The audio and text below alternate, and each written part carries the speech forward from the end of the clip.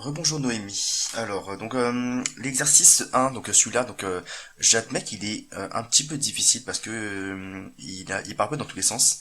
Euh, on va voir du coup, là, on avait corrigé jusqu'à l'exercice, je crois le 4 et 5 et on a été un peu rapide dessus pour calculer l'air, le quadrilatère. J'espère qu'il n'y a pas de problème, je t'ai fait la correction donc je t'enverrai ça par WhatsApp, je t'enverrai ça. J'ai pas vu de difficulté particulière. Ce qu'il faut absolument faire, c'est ne pas se tromper d'un seul signe, d'une seule décimale, parce que sinon ça collera pas à la fin. Attention à la rigueur ici. Exercice 6, c'est là où ça commence à chauffer un peu. On demande déjà, ça sort un peu de nulle part là, on vous demande de développer ceci, d'accord? Développer, réduire, et il y a marqué ordonner. Ordonner, c'est-à-dire mettre le degré le plus fort à gauche, après ainsi de suite on dégrade petit à petit. Voilà, là c'est un développement, rien de bien compliqué. Là, dans l'exercice 6b, ça ressemble beaucoup à la question 1. On te dit, il faut que tu trouves une inconnue telle qu'une condition, d'accord? La condition c'est ici, c'est que BDE soit un triangle rectangle. Et rectangle en E. Ok, donc si rectangle E, ça veut dire que BD est l'hypoténuse, d'accord? Donc là j'ai écrit que, j'ai même cité le théorème de Pythagore là, si BDE est rectangle en E, c'est pareil que triangle rectangle, alors, on a cette égalité. D'accord? L'hypoténuse au carré est égale à tatati tata. Ok? Je calcule ça. Et là, faut absolument pas se tromper. Là, c'est pareil. Si on se trompe d'un cheveu, on se plante complètement. BD, là, j'ai fait le calcul. Ok? Ça, donc, tu dois savoir le faire, sans problème. C'est juste que c'est un petit peu long. Il y a des nombres à virgule. Voilà. Là, ça change pas grand chose. C'est juste qu'il y a un Z qui se balade. Et quand on va faire le théorème de Pythagore, on mettra l'u au carré, qui est l'hypoténuse, est égal à l'u au carré plus l'u au carré. Ok, donc c'est que les carrés font disparaître les racines, ça fait que j'ai plus que ça. Et après à la fin on tombe sur ça. Et du coup là je t'ai mis une flèche, ça, ce qu'on obtient à la fin quand on fait le théorème de Pythagore.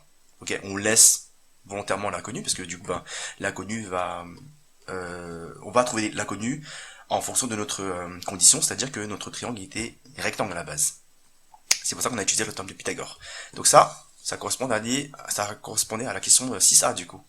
Et donc 6a, bien sûr, là, vous arrivez en seconde, vous n'êtes pas capable de résoudre ce genre d'exercice, ce genre d'équation, pardon. Donc là, on vous donnait déjà la forme factorisée, et on vous demandait de développer. Donc vu que c'est égal, on peut très bien retrouver la forme factorisée, c'est-à-dire remonter en arrière, quoi. Ok. Ça, c'est la forme factorisée. Là, c'est la forme développée. On vous a demandé de développer ceci. On développe ça. On obtient ça. Maintenant, il faut comprendre que du coup, dans un sens ou dans un autre, c'est égal. Ok, donc ça, c'est la forme développée. Il faudra retrouver la forme factorisée. Pourquoi? Parce que là, on a du degré 2 et là, on a du degré 1.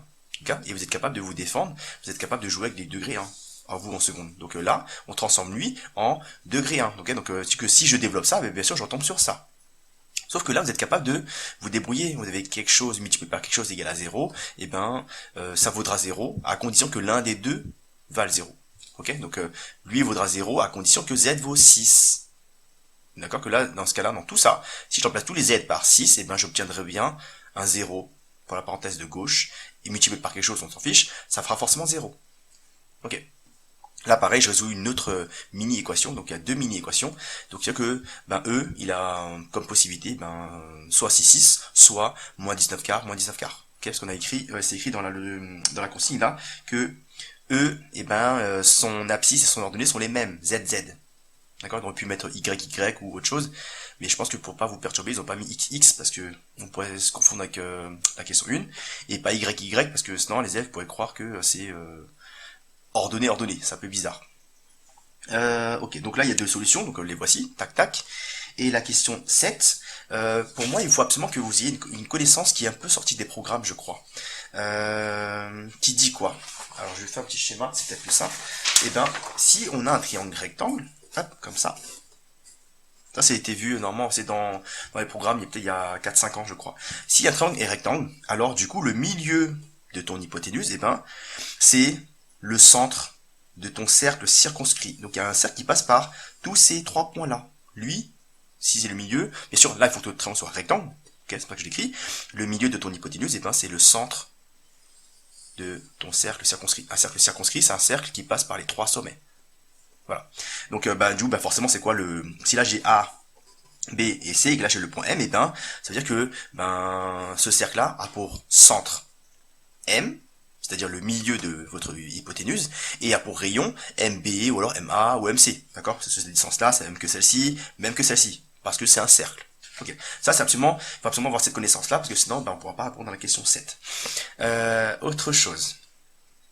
Si on a un cercle d'une autre, c'est à peu près pareil, mais tourné différemment. Là, j'ai un cercle, et là, je dessine quoi? Je dessine un diamètre.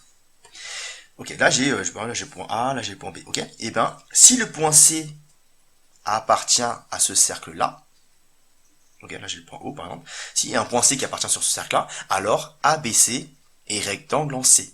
C'est-à-dire que je mette le point C ici, ou là, ou ici, ou même genre ici, et ben j'obtiens à chaque fois, tout le temps, un triangle rectangle. Là, j'obtiens un triangle rectangle en C. Ok, angle droit. À vérifier, tu peux le tester, tu vas voir. Là, pareil, je dessine ABC, j'obtiens un quoi? J'obtiens un triangle rectangle. Là, pareil, j'obtiens toujours un triangle rectangle à chaque fois. Ok, là, pareil, j'obtiens toujours un triangle rectangle à chaque fois. Ça, c'est pareil, c'est une connaissance à avoir, des propriétés à connaître.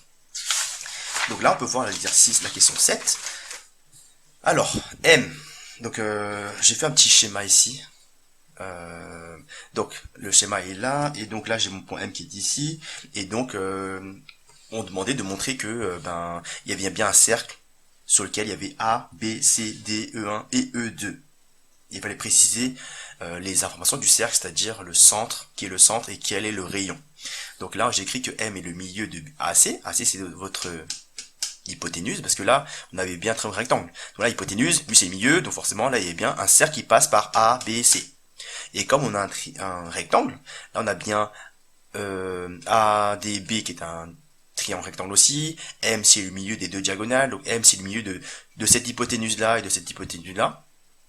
Donc, du coup, il y a bien un cercle qui passe par B, A, D et C. Ok.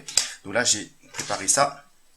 Si je pique sur M et je prends A, MA comme rayon, et ben, je devrais avoir un cercle qui passe par tous ces points-là.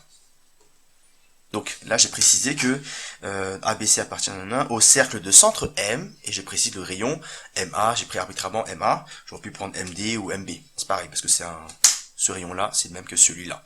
Et pour les autres ici, pour celui-là, vu que BD est un diamètre de ce cercle-là, et bien en mettant E1 sur le cercle, et bien forcément on obtiendra tout le temps un triangle rectangle.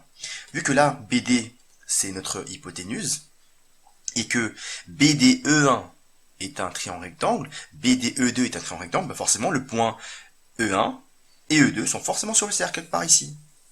C'est un peu ce que j'ai expliqué là.